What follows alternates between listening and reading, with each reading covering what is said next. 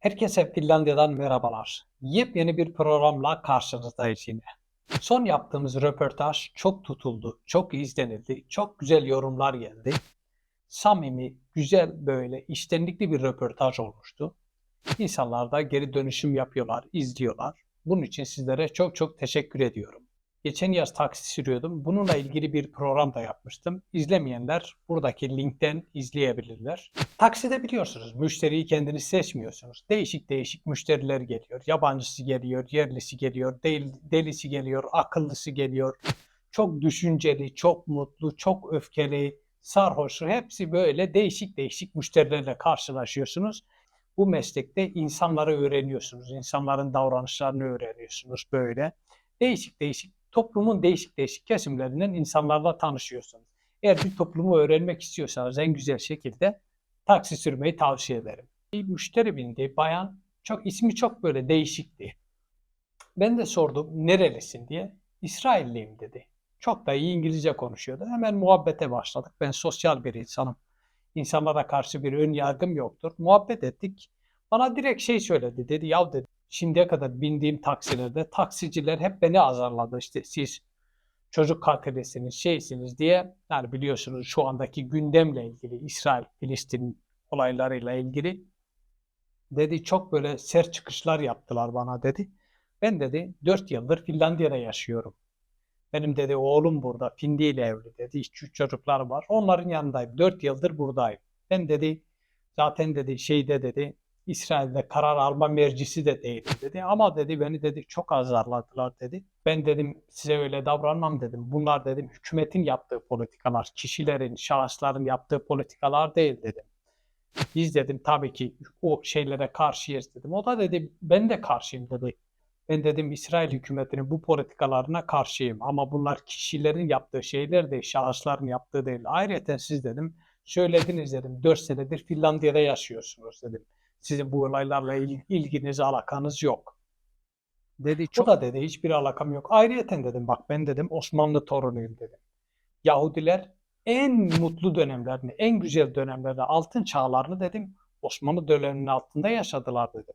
Avrupa'da ne zaman bir sıkıntı çıktıysa, Yahudilere ne zaman eziyet ettilerse dedim, Osmanlı Devleti yardımına gitti dedim.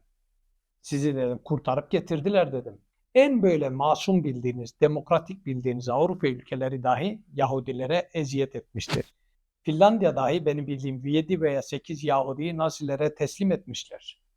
Ayrıyeten bak dedim arşivlerde şöyle bir mektup var. Bu mektup bütün sosyal medyalarda var. Her tarafta siz de bulabilirsiniz.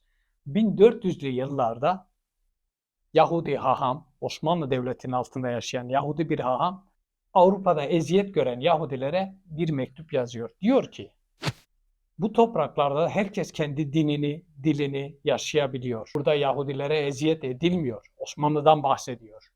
Oraları bırakın, buralara gelin, yaşayın diyor. Bu mektubu halen sürekli paylaşıyoruz. Bizim Yahudilerle, Hristiyanlarla, diğer din mensuplarıyla hiçbir şeyimiz olamaz. Yani sadece fikir çatışmamız olur. Sen iki doğrudur, ben iki yanlıştır. Başka bir şey olamaz. Ayrıyeten Osmanlı'nın, Selçukluların hoşgörüsünü örnek alan bir milletiz. Ben fikir çatışmasına inanan bir insanım. Fikirlerin çatışmasından daha iyi fikirlerin ortaya çıkacağına inanıyorum. Bu da Avrupa Birliği'nin temelidir. Gerçekten de ilk Avrupa'nın kuruluş prensiplerine baktığınız zaman bu şeyleri görebilirsiniz. Fikirlerin çatışması, işte teknolojide, bilimde birbiriyle yarışın yapılması. Ama son böyle 30 yıldır Avrupa böyle bir paranoyaklığa girdi. Yani herkesi böyle tehdit şey olarak görmeye başladı. Ben umarım Avrupa en kısa zamanda tekrar fabrika ayarlarına döner.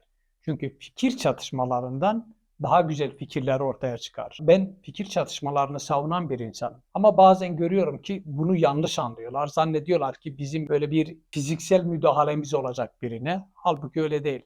En sevmediğim, fikirlerine hiç katılmadığım, %100 aykırı bulduğum, yanlış bulduğum insanlarla dahi otururum, çay içerim, kahve içerim, muhabbet ederim. Fikir çatışması ayrıdır, diğer konular ayrıdır.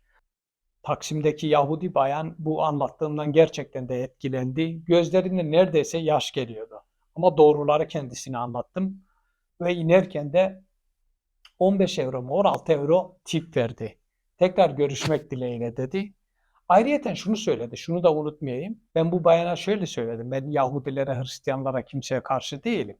Ama biz Siyonistlere karşıyız. Yani radikal olanlara karşıyız. Radikal kim olursa olsun, hangi dinde olursa olsun.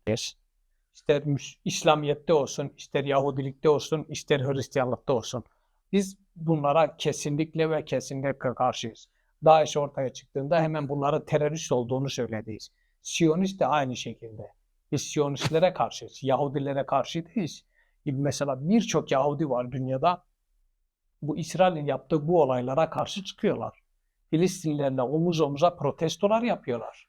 Biz bunlara karşıyız. Radikallere karşıyız. Kadın dedi ki, benim dedi kardeşim dedi, İsrail'de yaşıyor. Çok radikal biri dedi, radikal Yahudi dedi. Oradan dedi Finlandiya'daki benim oğlumu arıyor. Diyor ki sen buradaki çocuklarını niye Yahudi olarak yetiştirmiyorsun? Niye böyle yetiştirmiyorsun diye oradan dahi müdahale ediyor. Programı bitirmeden önce bizim kapımız herkese açık. Bizimki fikir çatışmasıdır. Ben buna inanıyorum. Başka programda görüşmek üzere. Kendinize iyi bakın. Finlandiya'dan selamlar.